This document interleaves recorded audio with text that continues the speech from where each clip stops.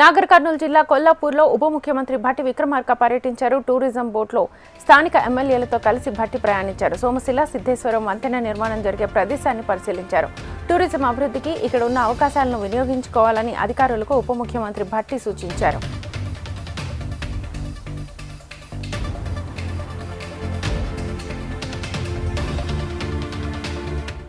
దోపిడీ చేయడానికి కాళేశ్వరం ప్రాజెక్టు డిజైన్ను మార్చి అంచనాలను పెంచారని మహబూబ్ నగర్ ఎంపీ డీకే అరుణ ఆగ్రహం వ్యక్తం చేశారు. జడ్చర్లలో జరిగిన రంగనాయక స్వామి ఉత్సవాల్లో ఆమె పాల్గొని స్వామివారికి పట్టు వస్త్రాలను సమర్పించారు.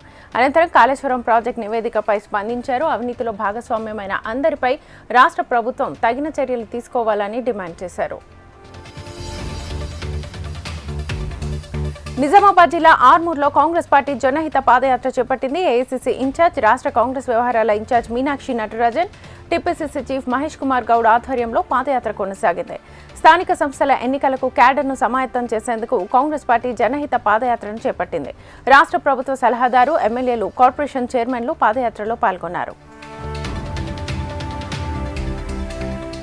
పోలీస్ అధికారులు వృత్తిలో ఉత్తమ నైపుణ్యాన్ని ప్రదర్శించినప్పుడే ప్రజలకు సరైన న్యాయం జరుగుతుందని తెలంగాణ డీజీపీ జితేందర్ తెలిపారు. వరంగల్ పోలీస్ కమిషనరేట్ ఆధ్వర్యంలో జరుగుతున్న పోలీస్ డ్యూటీ మీట్ కార్యక్రమం ఘనంగా ముగిసింది. రాష్ట్ర డీజీపీ జితేందర్, జైళ్ల డీజీపీ సౌమ్య మిశ్రా ముఖ్య అతిథులుగా పాల్గొన్నారు. ఛాంపియన్షిప్ సాధించిన వారికి ట్రోఫీలను అందించారు. జాతీయ పోలీస్ డ్యూటీ మీట్లో మరిన్ని పథకాలు సాధించాలన్నారు డీజీపీ. రెండోసారి వరంగల్ డ్యూటీ మీట్ ముగింపు కార్యక్రమానికి రావడం సంతోషంగా ఉందని జైళ్ల శాఖ డీజీపీ మిశ్రా అన్నారు. కుత్బుల్లాపూర్ జీడిమెట్ల పిఎస్ పరిధిలో విషాదం చోటు చేసుకుంది. మంచిర్యాల జిల్లా బెల్లంపల్లికి చెందిన అక్షయ్ దుండికల్ కాలేజీలో బీటెక్ 3వ సంవత్సరం చదువుతున్నాడు. పరీక్షల్లో మార్కులు తక్కువ వచ్చాయనే మనస్తాపంతో ఆత్మహత్యకు పాల్పడ్డాడు. మృతుడి తండ్రి రమేష్ ఫిర్యాదు మేరకు కేసు నమోదు చేసుకుని పోలీసులు దర్యాప్తు చేస్తున్నారు.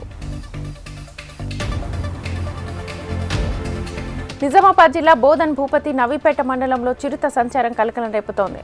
మహంతం శివారులో ఒక దూడను చంపి పులి తినేసింది. కొంతకాలంగా నవీపేట మండలంలో చిరుత పులి ప్రజలను అటవీశాఖ అధికారులను కలవరపెడుతోంది. 5 నెలల నుంచి పశువులపై చిరుత పులి దాడి చేస్తుండటంతో అటవీ ప్రాంత ప్రజలు బిక్కుబిక్కుమంటున్నారు. చిరుతను బంధించాలని అటవీశాఖ అధికారులను గ్రామస్తులు కోరుతున్నారు. బీసీ బిల్లు సాధన కోసం నిరాహార దీక్ష చేయనున్నామని యూపీఎఫ్ నిర్వాహకులు తెలిపారు. హైదరాబాద్ ఇందిరా పార్కులో తెలంగాణ జాగృతి ఆధ్వర్యంలో ఆగస్టు 4 నుంచి 7 వరకు 72 గంటల పాటు నిరాహార దీక్షను చేపట్టనున్నారు.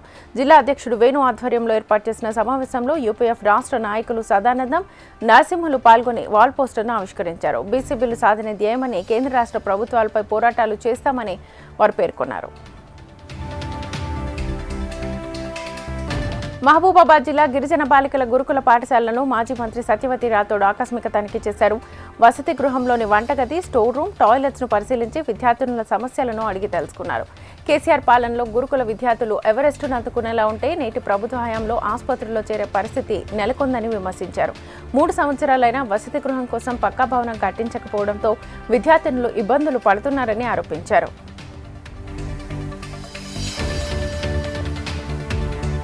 కామారెడ్డి జిల్లా బిర్కూర్ మండలంలో చోరీలు కలకలం సృష్టిస్తున్నాయి. తాళాలు వేసి ఉన్న 2 ఇళ్లలో దుండగులు చోరీకి పాల్పడ్డారు. ఇంటి యజమానులు ఊరు వెళ్లగా వారి ఇళ్లలో దొంగతనానికి పాల్పడ్డారు. ఓ ఇంట్లో 10,000 రూపాయల చోరీ జరిగినట్లుగా బాధితురాలు తెలిపింది. మరో ఇంట్లో దొంగతనం చేసేందుకు యత్నించగా డబ్బు ఏమీ తీసుకెళ్లలేదని ఆ ఇంటి యజమాని తెలిపారు. జగిత్యాల జిల్లా కోరుట్ల మండలం ఐలాపూర్లో ఉద్రిక్తత నెలకొంది. రైతులు అవస్థలు గమనించి యూరియా సరఫరా చేయాలని కోరుట్ల ఎమ్మెల్యే సంజయ్ డిమాండ్ చేశారు. యూరియా సరఫరాలో ఏమైనా ఇబ్బందులుంటే రైతు వేదిక దగ్గరకు బహిరంగ చర్చకు రావాలని ఎమ్మెల్యే సంజయ్కు దేవస్థాన కమిటీ మాజీ చైర్మన్ కృష్ణారావు సవాల్ విసిరారు. ఈ నేపథ్యంలో ఉదయం నుంచి కాంగ్రెస్, బీఆర్ఎస్ నాయకులు ఐలాపూర్ గ్రామానికి చేరుకున్నారు. దీంతో ఇరు పార్టీల నాయకులతో గ్రామంలో ఉద్రిక్త వాతావరణం నెలకొంది.